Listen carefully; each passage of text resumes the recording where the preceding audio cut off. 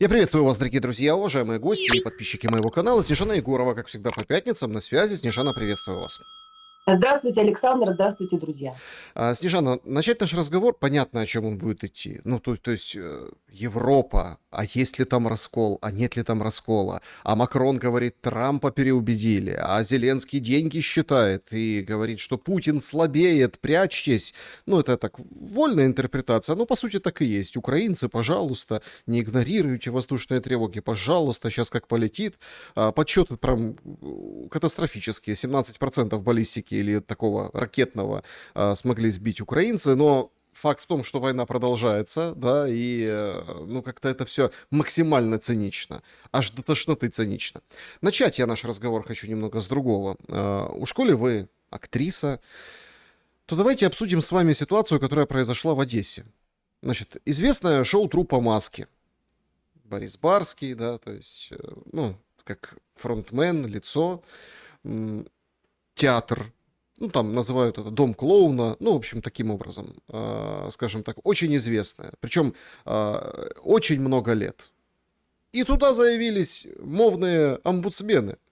Говорят, что еще в прошлом году осенью выписывали штрафы, весной был штраф, и вот 4 протокола уже сейчас в июне. Причем интересно, что доклепались до женщины в возрасте, которая билетерша, билеты продает. И у нее там прединсультное или даже инсультное состояние хватило, потому что, ну, как бы вот, ну, все видят, как они себя ведут. Барский комментирует, говорит, что провели с ней беседу, ну, с билетершей. Увольнять не будут, но вот как бы пытаются это все замять и загладить. Одесситы в шоке в комментариях в социальных сетях, говорят, елки-палки, руки прочь. А там же в основном пантомима, но есть какие-то вставки каких-то слов, и они по-русски, представляете, какая зрада. В Одессе шоу «Труппа маски». Мы, кажется, дошли до какого-то абсолютнейшего абсурда в этом, когда даже свое достояние, свою гордость втаптываем в грязь и еще и плюем туда сверху. И никому нет дела, никто не может защитить.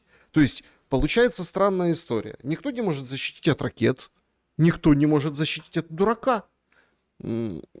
Как тогда как бы свести концы с концами и не поехать крышей, как, собственно, Зеленский в своих международных путешествиях? Ну, Саша, я даже не знаю, как это комментировать, потому что вы задали вопрос и сами же на него практически ответили.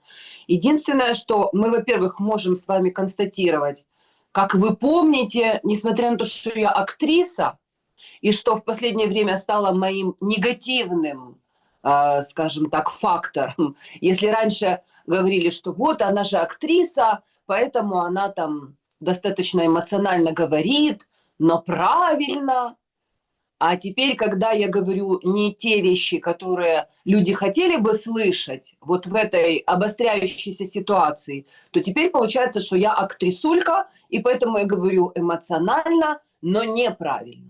Но в любом случае я говорю то, что я считаю нужным, будучи взрослым человеком и ответственным, и стараюсь говорить правду. Вот сколько раз вы, Саша, мне говорили, что вы верите в то, что все скоро закончится, что вот мы стремимся к окончанию.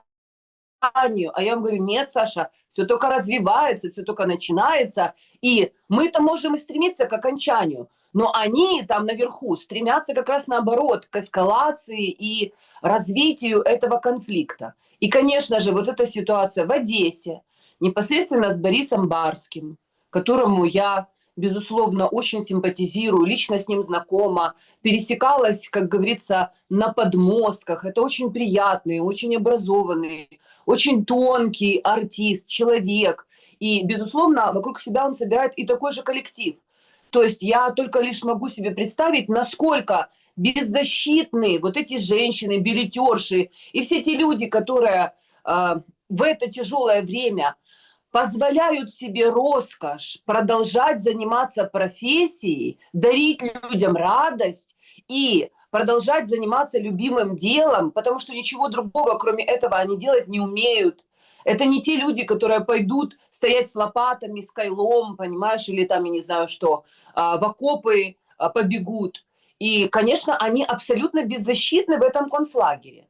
Ну, то есть в этом нет ничего удивительного, Саша, я говорю об этом долгие годы. И когда я продолжаю повторять об этом каждый раз, мне рассказывают, что Егорова одну и ту же волынку завела. То есть они хотят, чтобы я обсуждала что? Какие-то сиюминутные, которые подбрасывают людям в качестве токсичного контента информационного, сиюминутные какие-то провокации. Но и это, к сожалению, это тоже сиюминутная провокация, Не скажите. которая... Нет, я не просто так с вами об этом разговор начал сегодняшний, в контексте глобальных и больших вещей, которые мы постоянно обсуждаем. Вот вы говорите, я говорю, сначала там нравится, не нравится. Но это же ситуация с масками в Одессе, это плата за молчание. За молчание. То есть Безусловно, Саша. абсолютная лояльность к тому, что происходит. Одессу, которую там недавно задержали этих ТЦКшников, которые насиловали своих мужиков, которых ловили, имеется в виду, не своих, а имеется в виду, которых налавливали. Там ужас, как перепрошивают, и в принципе, держа такую натянутую на улыбку, продолжали делать свое дело. И это символы эпохи, то, что было когда-то Украиной. И это прикатится, да, к каждому, кто сейчас как бы делает вид, что все хорошо, и поддерживает нынешний порядок вещей, мол, ну я в политику не лезу, политика это не про меня, понимаете? Вот как бы Снежана Егорова говорит, ей Я прилетает. понимаю, Саша, Борис я Барский очень хорошо понимаю. молчит, и к нему прилетает. Но вот в том-то все и дело, Саша, я как раз это очень хорошо понимаю, и мы с вами это, ну, в разных наших эфирах, просто мы так долго беседуем, и у нас есть какой-то контекст того, о чем мы уже говорили. А некоторые же люди подключаются, скажем так, в процессе прямо сейчас, и они начинают слышать эту историю со середины рассказа. Но я повторюсь, конечно, я прекрасно понимаю, почему молчат мои коллеги. И Борис Барский в том числе. Да, возможно, где-то в своих собственных кругах, на кухне многие люди возмущены, обсуждают это все. У них волосы дыбом становятся. Они закрывают дверки аккуратненько и на своем русском языке родном начинают возмущаться и, может быть, еще покруче, чем я в эфирах. Но когда они выходят в общественное пространство, они молчат и натянуто улыбаются, потому что они понимают, глядя на Снежану Егорову, чем, собственно, для них обернется их, скажем так, возмущение в открытом доступе. Им отрежут явки, пароли, адреса, лишат их работы, оскорбят их, вытащат из, скажем так, подвалов все какие-то там истории про них, найдут родственников, знакомых и друзей, которые расскажут, какие они конченые, сумасшедшие, ненормальные, кто их бросил, с кем они спали, где они бухали, как они валялись или какие у них еще были неприглядные события в жизни. То есть их оскорбят, обесценят, оклеветают, выбросят на помойку, закроют их бизнес, а их бизнес в данном случае, вот, например, если говорить о Барском, это же коллектив, это же вот эти люди, может быть, даже уже пенсионеры, у которых это единственный доход. И по большому счету человек думает, я хочу выступить правдорубом, и как Егорова оказаться где-то непонятно где, и непонятно за что жить, потому что они отключат еще параллельно банковские счета, арестуют твое имущество, начнут таскать тебя по судам, потому что это система, это концлагерь, и он уже абсолютно сформирован. И есть огромное количество полицаев и надзирателей, которые будут кошмарить просто беззащитных, безоружных людей, которые перед этой системой абсолютно беззащитны. То есть они же не пойдут, понимаете, в суд с ружьем, они не будут, как вот эти вот азовці, чи третя штурмова, приходити зі своїми побратимами, і в кожного, значить, там якийсь пістолет, понімаєте? І вони не будуть кричати, як ті рагулі, які з гір поспускалися на судді, що якщо ви зараз оце не зробите так, як ми вам кажемо, то тоді хто буде воювати? Бо ви, значить, колаборанти, сепари, російська, значить, агентура, ви агент Кремля. Нет, одесситы не будут этого делать. Этого не будет делать Барский. Этого не будет делать эта несчастная женщина. Единственное, что она может делать, это вот так вот закрыть рот и молиться, что из-за нее не будет разрушен вот этот вот маленький бизнес, на котором зарабатывают и живут еще стараются жить как приличные люди, целый коллектив. И они будут страдать. Это к разговору о том, Саша, чим займається эта власть оцієї країни мрій,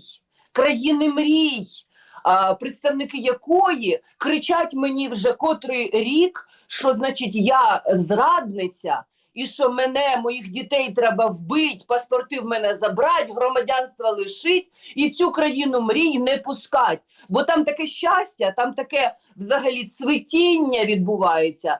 Вони так розбудували свою державу українську, що таким зрадникам, як я, тут не місце. І тим людям, які внутрі цієї країни, они же видят, что, в принципе, если сбили надпись героям-победителям, освободителям и сказали, что вони покидьки и никакого подвига не было, если поменяли уже, не поленились, понимаете, герб советский на родине матери, которая была и поставлена как напоминание о подвиге советского человека, советского солдата, поменяли на тризуб.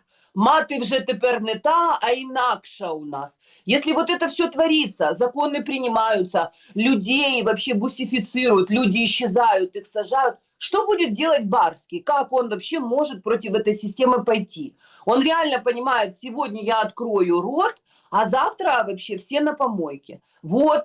И, собственно, да, это плата за молчание, но за молчание массы. Вот знаете, как у Борисе Годунове, да? Народ безмолвствует.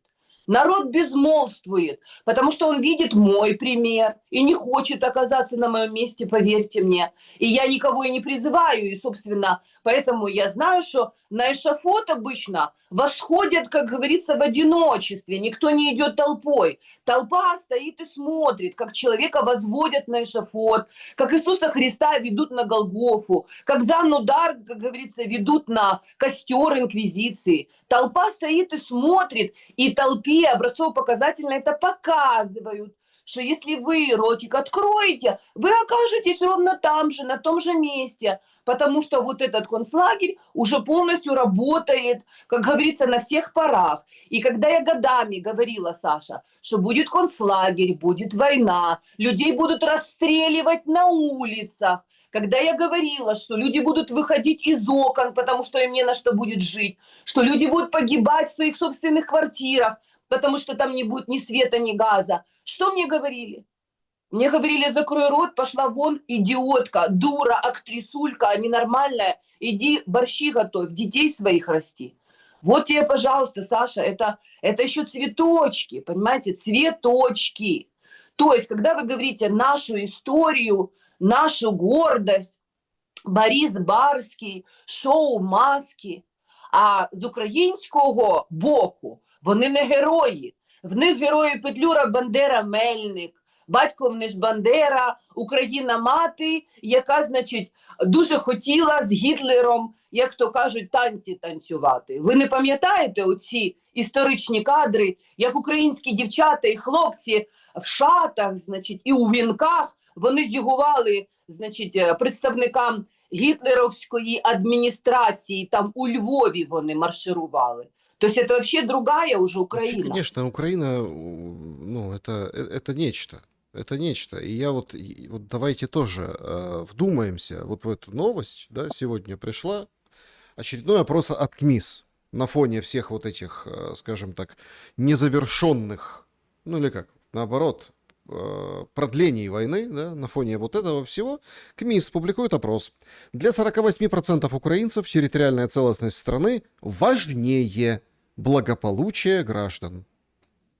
В принципе, дальше можно не читать, понимаете? То есть 48% говорят, ничего страшного, перебьемся, сухари, там, щи да каша, пища наша, или какие там, да, вот эти, ничего страшного, на хлебе и на воде, но территориальная целостность важнее. 40% наоборот говорят, подождите, давайте как, ну, честь знать, да, как бы давайте немножко адекватнее будем.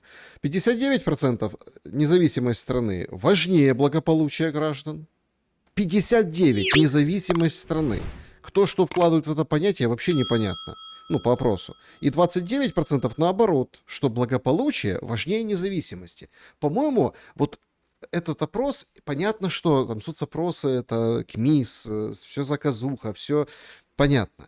Но это вот как, это можно в рамочку в золотую поставить и вывесить, и вот это будет символом эпохи.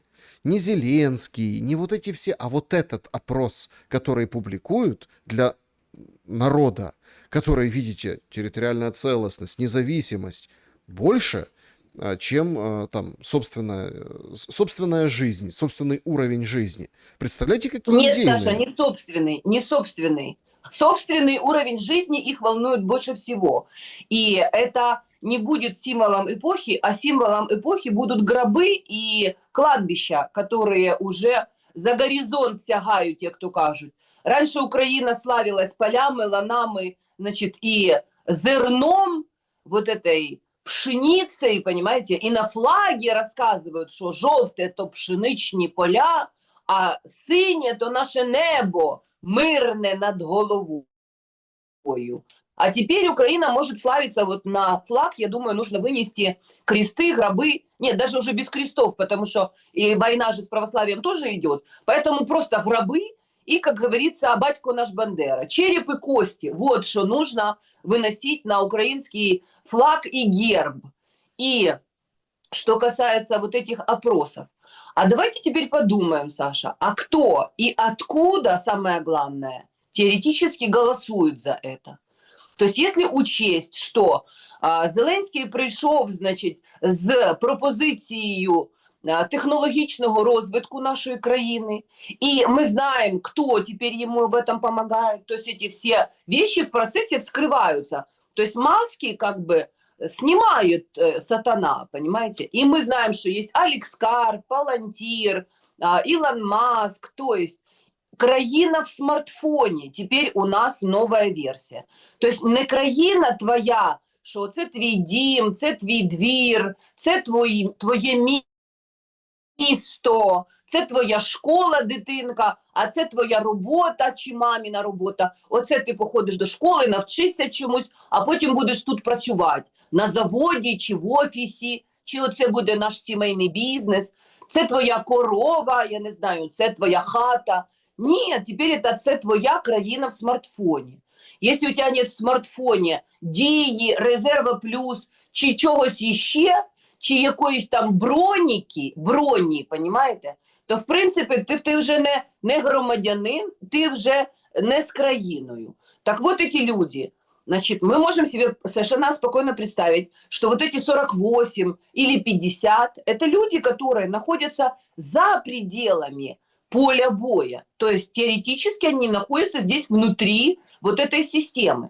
Находясь за пределами этой системы, будучи, например, дружинкою, чи якоюсь там коханкою, якогось воячка, чи чиновничка, який мільйони, мільярди заробляє на цій війні, а то ще сотні тисяч. От, наприклад, ці хлопці, що насилували, значить, мужиков в Одессе, они что же, бабульки, зарабатывают? Каждый вечерочек они с набитыми карманчиками возвращаются домой, и своей телочке, которая с ним спит, они, значит, эти бабулесики, как говорится, кажуть: ось, бачиш, напрацював, бач, який я, значит, працьовитий твій чоловічок. И они берут эти бабки кровавые и живут за них. И огромное количество тех, кто находится за пределами страны, кто совершенно спокойно воспринимает эту ситуацию, потому что сейчас на крови зарабатываются сотни тысяч, миллионы и миллиарды, потому что весь этот шлак бандитский, тупой, безмозглый, рагульский, которые в школу не ходили, книжек не читали, Пушкин, Чехов, Достоевский им не брат и не друг, они рвут книги, сжигают их вообще ради того, чтобы их показали по телевизору, на все способны.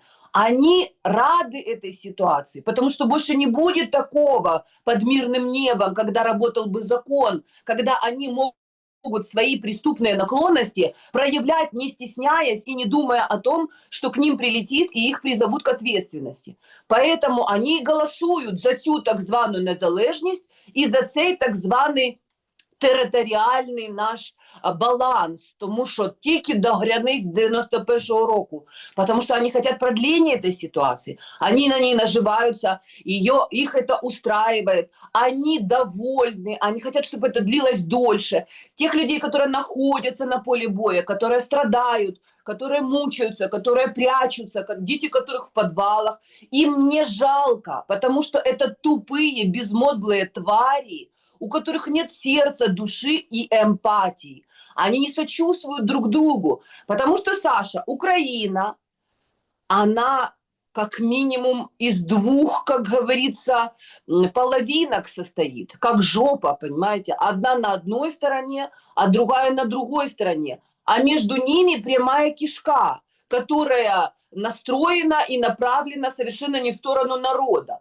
Потому что есть вот та Украина, о которой вы говорите, где милейший Борис Барский, где чудесные маски, где юмор, понимаете, который радует людей, где есть тонкость, чуткость и гуманизм, а есть вот это вот рагулійне, де вони беруть, значить, лопату, чи беруть свого там кайла якогось и идут на большую дорогу убивать людей. Потому что задается вопросом каждый, а кто же вот эти люди? Кто вот эти вот, которые идут работать в ТЦК? Кто вот эти вот насилующие мужиков? Кто вот эти вот убийцы, которые забивают ногами вот этих несчастных сайгаков, которых они ловят толпами, 10 человек на одного, запихивают их в бус и отправляют их в одну сторону? Кто эти люди? Кто их воспитал? Что у них в голове? Как они с этим живут? Спокойно. Потому що це ота Україна, яка зараз отримує реванш, яка, значить, жила під чутким, как говорится, руководительством Ирины Хварион и ей подобных, которая рассказывала студентам в аудиторіях, що ми маємо одвічного ворога, це москалі, вони прийшли до нас вбивати. Это именно в тот момент рассказывалось, когда люди ходили под мирным небом, у которых было бесплатное образование, бесплатная медицина, советская, как говорится, Советский Союз 3 килограмма, все у них было, все им давали на шару, учили, лечили, давали возможность заканчивать университеты, получать профессорские звания, выходить в аудиторію, читати книжки, говорити все, що хочеш, якою хочеш мовою, але вона розказувала, що нас прийшли вбивати. И таким образом сводила с ума целое поколение людей, которые жили под мирным небом, но они его не видели, преимуществ никаких они не понимали. Они считали, що оце все, це нормально, отак воно і має бути. А як же ж воно має бути? Ніяк воно більш не може бути. Понимаете? Но они все время в голове, у них вот это в сердце, эта ненависть росла. И они все время ждали тот час, коли ми врешті візьмемо кайла, візьмемо, значить, якісь свої вила і підемо на тих москалів. Ну вот, собственно, они работали на это, разжигали, поджигали. Были внешние силы, канадийщина, вашингтонщина и потомки полицаев и коллаборантов нацистских. Они, когда открылись хляби и пали границы, и распался Советский Союз, общественный договор, и гуманизм это стало уже ругательным словом, потому что тот, кто призывает к миру, к развитию, к совместному, как говорится, солидарному действию, это все лохи. И, соответственно, начали вливаться колоссальные сначала деньги в идеологическую почву, чтобы развивать это безумие, эту бациллу, заселять в голову новым поколением. И 30 лет это заселялось. Я еще раз повторю, в Гітлера боліла душа за волелюбний український народ. Написано було в українських підручниках з історії. И, соответственно, дети, которые рождаются в этот мир чистыми, Табула раса, что ты мне напишешь, что там будет написано, и человек это понесет по жизни. То есть сейчас поменять им картинку и рассказать, что Советский Союз это была страна для людей, что люди все разных народов воевали за светлое будущее вас, долбоебов, что в принципе они отвоевали это светлое будущее, а оно как раз и заключается в том, что у человека есть путевка в жизнь, возможность развиваться, читать книжки, бесплатное образование, свет, интернет, самолетики летали, а не дроны тебе на голову прилетали. Нет, они всего этого не понимают, они уже и не поймут. Пока они не уйдут, как говорится, с этого плана, они уже не поймут. И вот они уходят, эти люди, понимаете? Вот в эти вот гробы безмолвные. И власть вообще этому способствует, потому что, опять же, возвращаемся к нашим баранам. Украина продана с момента... То есть Зеленский – это квинтэссенция вот этого 30-летнего процесса, когда он снимает мораторий с продажи украинской земли, продает все пахотные земли, черноземы, все, что только можно, и что имеет вес и значение BlackRock'у. Свириденко подписывает столетний договор о том, что все ресурсы украинские проданы Соединенным Штатам Америки, а Зеленский подписывает столетний договор с британской короной о том, что Украина становится столетней колонией британской короны. Поэтому все остальное, что сейчас происходит, это лишь зачистка территории от населения. Им не нужны здесь украинцы, украиномовни, русскоязычные, какие-то там еще и прочие народы, которые населяли эту землю. Потому что здесь жили и армяне, и евреи, и грузины, и кто ты только хочешь, как говорится, мог почувствовать себя здесь человеком, если он ставил перед собой такую задачу.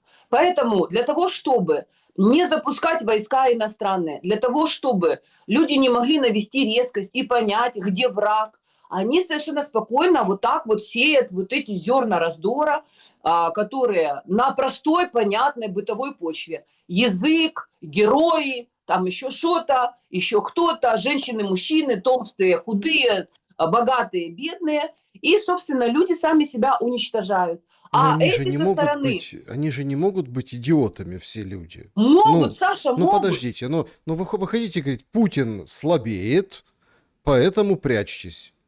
Путин слабеет, прячьтесь. Сейчас вот распространяют историю о том, что летит там какой-то торговый центр, какой-то некий торговый центр туда прилетит, поэтому слушайте сигналы воздушных тревог, пожалуйста, украинцы, слушайте, а то сейчас будет там какой-то террористический там. Но по киностудии Довженко, в принципе, все поняли, что где находится и каким образом. Причем быстренько включают антикриз, говорят, да нет, это фейк, это фотошоп, это все. То есть по прошлому обстрелу все поняли. И это говорят людям, вот это вот, пожалуйста, прячьтесь, а то Путин слабеет, которые сначала в начале недели перед Г7 были такие православные, слушайте, хоть к ране прикладывай, такие все прям купол сбит, крыша сгорела, лавра, наша лавра, там, где плясали, как бы голубцы крутили, там, которую забрали, там, где не проводят службы, да, отдали ПЦУ, собственно, это все так вот это вот ходят и стенаются. Через 2 дня или там через день прилетает по Москве, все рисуют мемчики, как вот классно. Христиане православные, понимаете, радуются этому. Что даже Зеленский понял, что это что-то как-то не очень, или кто-то понял, ему как бы сказали, в уста вложили, что, ребята, это наш ответ за лавру. То есть капотня, ответ за лавру. Сейчас выходит Зеленский и говорит, Путин слабеет, прячьтесь, ПВО нет, как бы, да, ну, то есть процент сбития падает, атаки будут серьезные, массированные, защитить, ну, будем защищать, но как получится, поэтому все куда прятаться, понимаете, то есть идет абсолютная подмена понятий. Гробы, Саша, в гробы прятаться. Так как за 5 лет не было построено ни одного бомбоубежища для людей, Ну, то есть вы помните, да, эту историю, мы с вами ее обсуждали, что бабки, которые были выделены на даже сооружения, которые будут охранять объекты энергоинфраструктуры, они положили в себе карман непосредственно Миндич, и в разговоре с Литом было сказано, что он сказал, нафига тратить бабки, все равно все это будет разрушено, лучше вывезем это все в Израиль. Не говоря уже о том, что людей вот этих вот, которых не жалко, понимаете, в том-то все и дело. Вы говорите, не могут же люди быть идиотами. Могут, потому что пропаганда, она не делает из людей идиотов, она на них рассчитана. То есть те, кто осуществляет вот это давление и промывку мозгов 24 часа в сутки, 7 дней в неделю, нон-стопом, они знают, на какую аудиторию они работают. Они знают, что за 30 лет люди уже потеряли все ориентиры в жизни.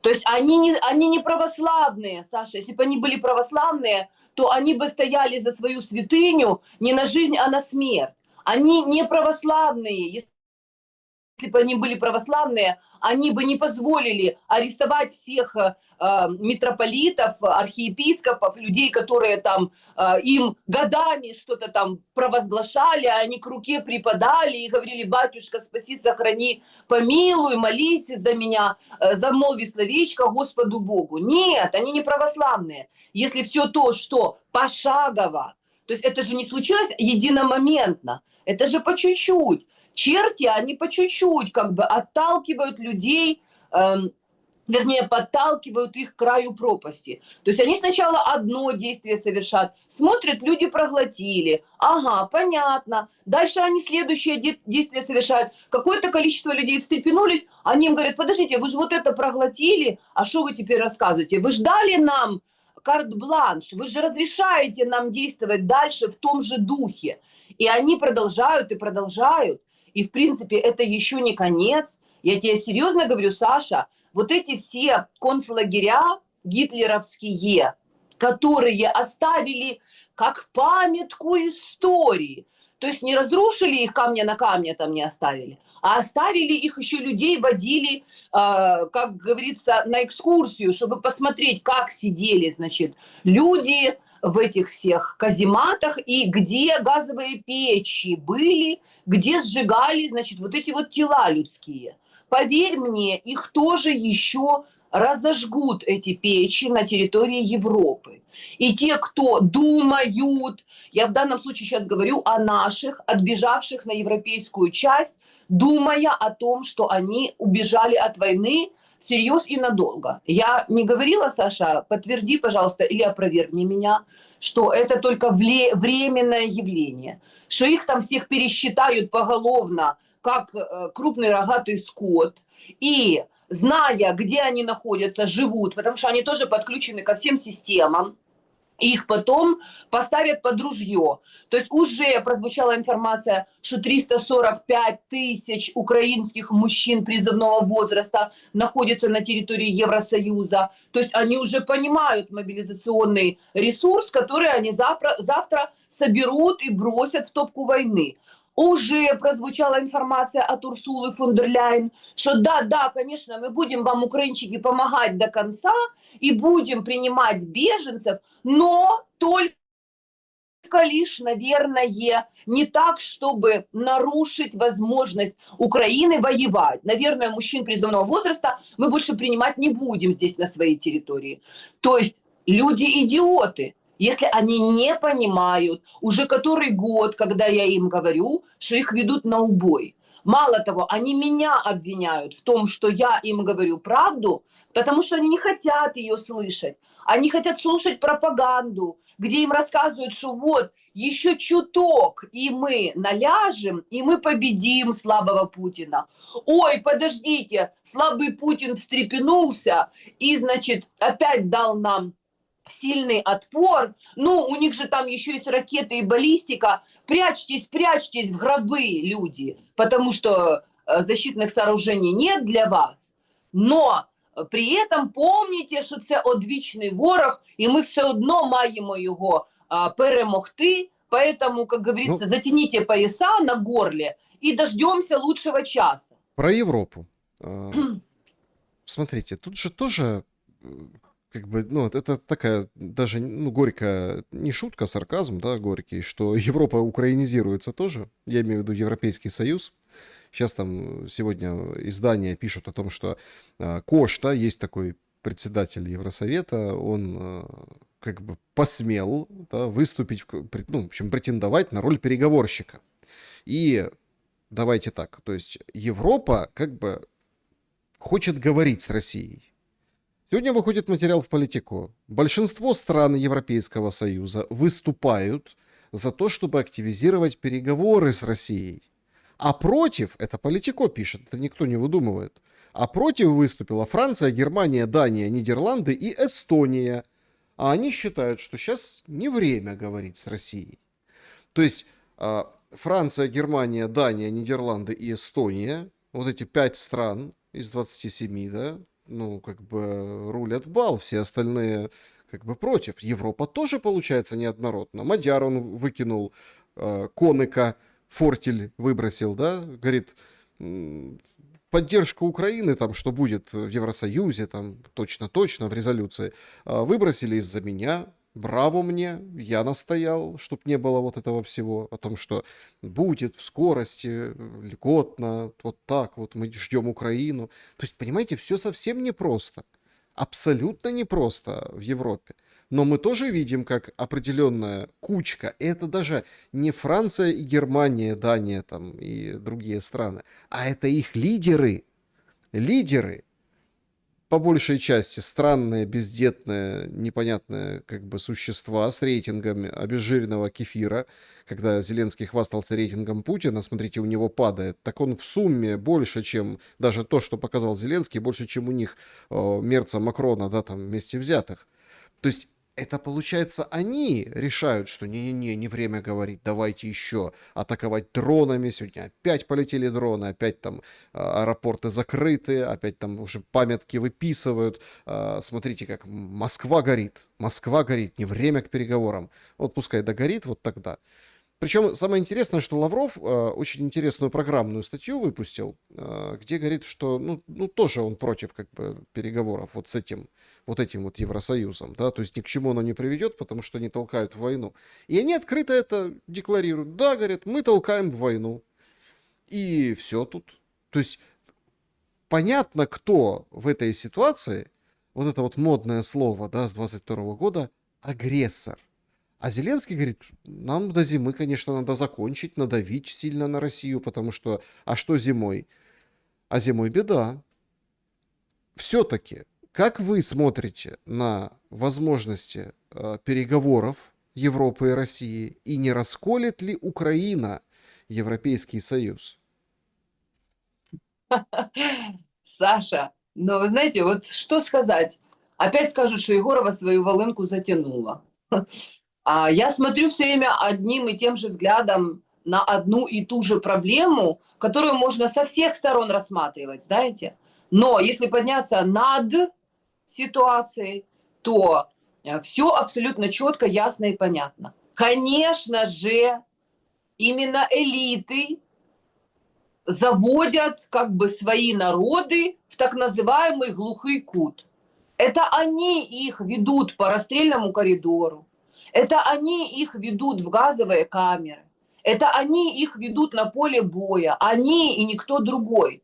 Конечно же, народы не хотят воевать. Ни один нормальный человек в здравом уме и трезвом рассудке, который понимает, что он находится на нижнем, как говорится, этаже, и к нему придет толпа, и когда его аккуратненько вот так вот возьмут и скажут, мужчина, не волнуйтесь, вы видели? Вы видели это видео, где вот этого чувака, который телеграм-каналом Труха занимался, и который считал, что он элита, понимаешь, потому что у него есть ресурс, он влияет на информационное поле, он получает заказы, и даже прозвучала информация, что его канал чуть ли не под там 100 миллионов стоит, а за 25 по дешевочке он его типа продал. Его тоже подстерегли аккуратненько, взяли под белые рученьки, и он типа такой был кум королю и сват министру, а тут ему сказали, что аккуратненько, давайте, садимся в бусик,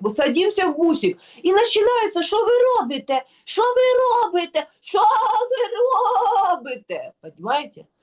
То есть, в принципе, люди не должны забывать, что они беззащитны перед системой. То есть, если система формируется как концлагерь и как система, которая пожирает собственных людей, то есть это государство-мутант. Я сказала об этом в 2019 году. Даже в сети еще есть этот ролик, пусть люди поищут и найдут. Когда я сказала, что Украина – это государство-мутант, который пожирает собственных людей. А когда вы говорите, что происходит украинизация Европы, то по большому счету мутант мутанту, как говорится, глаз не выколет. И, соответственно, вот эти элиты, которые радостно встречаются, обнимаются с Зеленским, в частности, Макрон и прочие, вот эти вот троебалты, которые тоже давно и упорно отбегают от одвічного ворога и гавкают на Россию, чем громче, тем лучше, потому что именно за это и платят. И они прекрасно понимают, что любой переговорный процесс, который начнется, например, между Европой и Россией, вопросы троебалтов, их вообще местоположения, их, скажем так, последних исторических и политических достижений, он тоже будет дискутироваться в рамках этих переговоров. Соответственно, они вообще в этом никак не заинтересованы, потому что свое население они уже уничтожили, которое было после распада Советского Союза, свою промышленность они уничтожили, они строились в эту систему координат, которая направлена, и главная ее задача – это одвічна війна с Россией. То есть у них главная задача, у этих элит, воевать с русскими любыми способами, при любых обстоятельствах, до того момента, пока Россия не упадет, потому что у них глубокое убеждение, что это колосс на глиняных ногах, который только нужно хорошенечко толкнуть. Они же поставляют в Европарламент Кай Каллас и прочих вот этих вот, которые первые русофобы и первые нацисты, которые не дают возможности даже подумать о том, что там с кем-то можно договариваться. Ну и вернемся опять же к Александру Григорьевичу Лукашенко, который, ну вряд ли мы с вами, Саша, можем сомневаться в том, что он, скажем так, не знает, о чем он говорит. В официальном интервью официальному каналу Аль-Арабия он говорит о том, что эта война договорная. Она должна была совершенно по другим законам развиваться. Он говорит о том, что русская армия, которая пришла под стены Киева, была не готова к затяжной войне, никто на это не рассчитывал, никто Киев за 3 дня не собирался брать, а планировали таким давлением, скажем так, привести Зеленского и вот эту власть, как говорится, в здравый рассудок и заставить договариваться. Но еврейское лобби в лице израильтян и Ватикан, это же не я говорю, Саша, вот сколько меня распинали за то, что я говорила о том, что евреи участвуют в этом всем процессе со всех сторон, только не только со стороны Зеленского в его собственном лице и в лице его подельников еврейской национальности, которых он, как говорится, вокруг себя окружил в несколько рядов, но и со стороны России. Вот Лукашенко это подтверждает, что еврейское лобби договорились с Путиным, то они будут оказывать влияние на Зеленского. Это же наш хороший мальчик. И мы типа сейчас все порешаем, только отведите войска. И Ватикан тоже за всем этим стоит. То есть если провести вот эти все параллели, а они же никуда не деваются, то получается, что Франция, троебалты и вот эти все северные, скажем так, монархии, у них один интерес – И главный интерес, собственно, завалить Россию, как они, собственно, это и делали на протяжении 500 лет. А Ватикан теоретически, вот эти вот, Италия, там еще какая-то группа, наверное, балканских народов там или еще что-то, у них другой, видимо, интерес. И поэтому Европа, точно так же, как Украина, превращается в жопу на две, как говорится, половинки, а между ними, как обычно, пролегает вот этот вот, скажем так, трубопровод, к которому кто-то присасывается и зарабатывает на этом деньги. Ну, Лукашенко Поэтому тоже подставили, Снежанна, с этим кого? ударом, с Лукашенко, с этим ударом по автобусу. И как-то реакция, конечно... Ну, а с другой стороны, а чего хотели? Чтобы Беларусь войну начала после удара Да, они дронами? хотят, они вовлекают, они... Это... Нет, это его не подставили, Саша, это неправильное определение. Его провоцируют. Его провоцируют, и уже не первый раз. То есть Зеленский, когда он оскорбляет Александра Григорьевича, нужно отдать должное, что Александр Григорьевич тоже сначала начал, как говорится, в том же духе ему отвечать, но потом вовремя понял, что не надо опускаться на уровень идиотов, потому что на своем собственном поле они любого задавят своим авторитетом идиотским. Поэтому он якобы принес извинения, но красиво, как вы тоже обсудили с многими, я слышала, спикерами, сказал важное, что как поют, так и отпевают. Поэтому, Вова, как говорится, начувайся, хорошо смеется тот, кто смеется последним, сказал Александр Григорьевич, исходя из своего колоссального, богатого опыта управленческого. Но, по крайней мере, перед своим народом и перед своей страной он абсолютно чист и честен. И он старается свой народ не вовлечь и не бросить в качестве пушечного мяса в эту империалистическую войну, где нет справедливости для народа. Да, там есть барыши для олигархов, богатых людей, транснациональных корпораций, которые грабят просто оптом и в розницу, не обращая внимания на жертвы. Потому что, как вы заметили, в этой войне еще ни один олигарх не пострадал, более того, увеличил свои статки,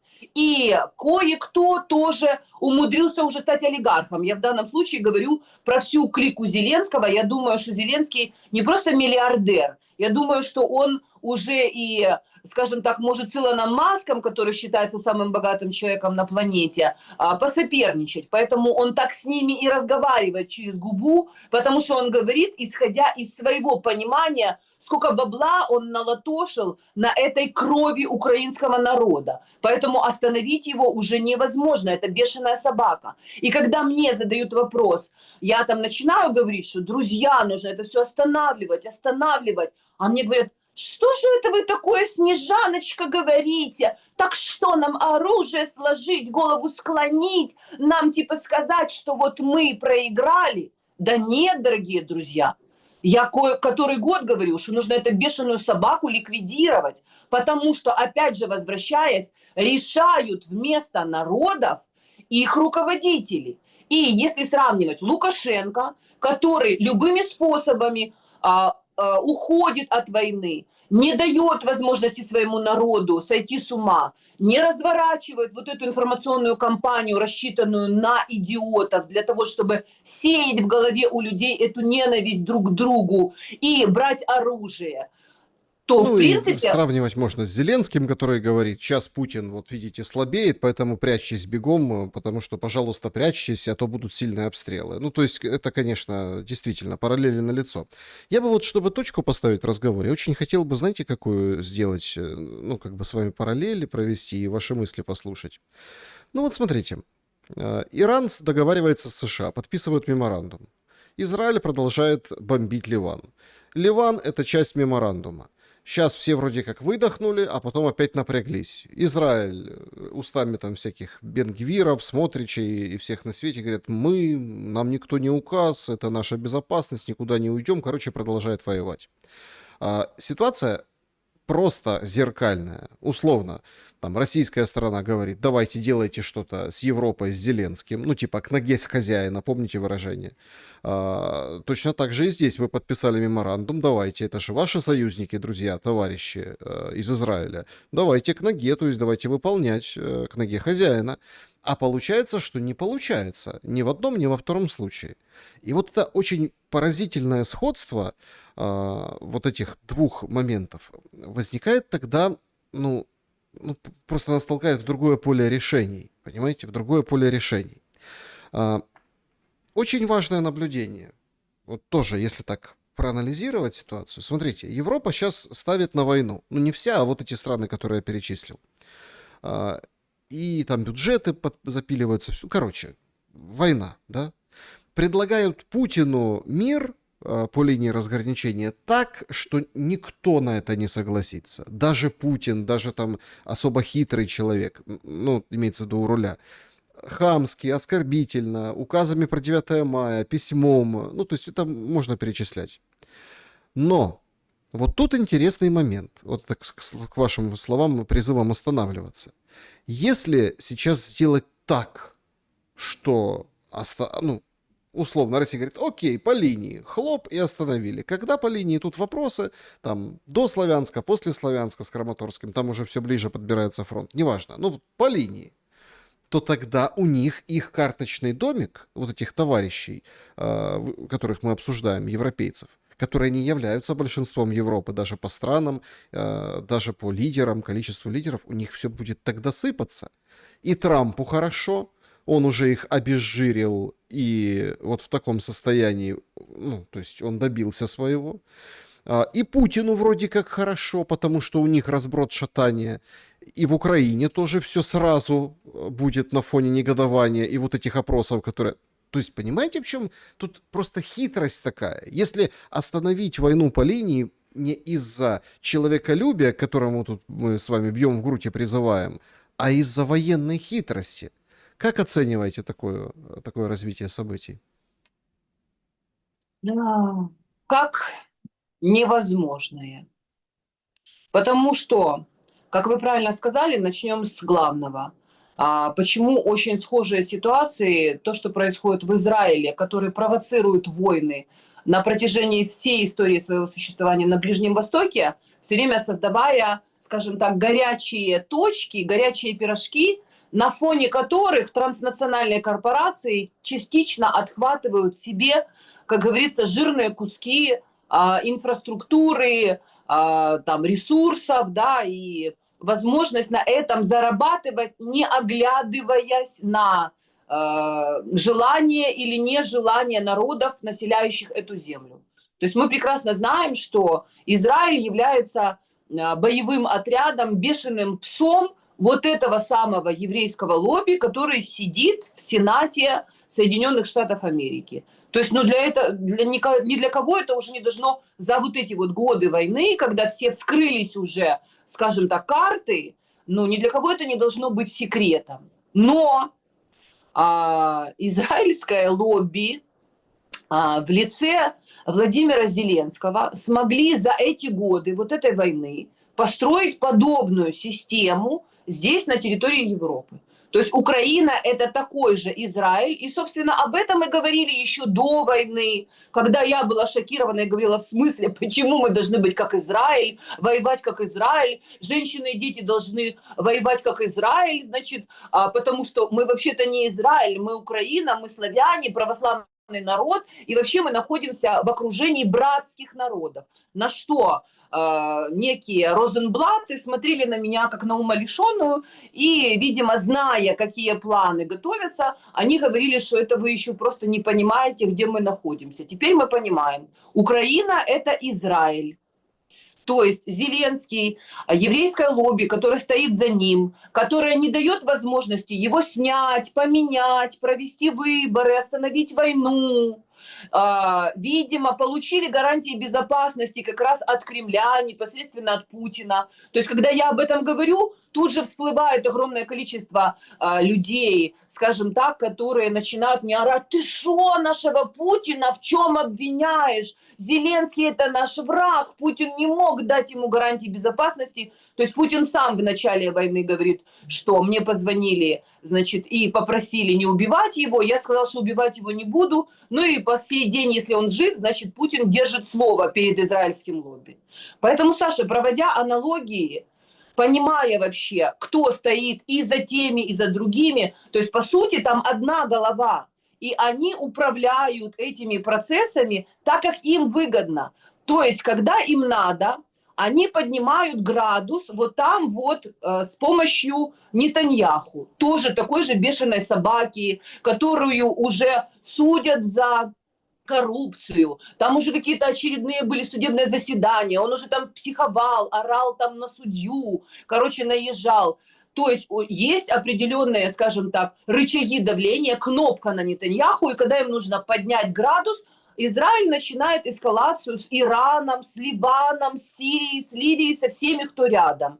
Потом, когда они заставляют какие-то силы начать с ними договариваться, в чем-то уступать, они пригашают этот конфликт и поднимают его с помощью Зеленского. То есть Нетаньяху и Зеленский – это близнецы-братья, которые работают вот так вот, как машина, которая постоянно давит и давит и давит людей, народ, грабит, мародерит и устраивает вот это все, то, что мы с вами видим.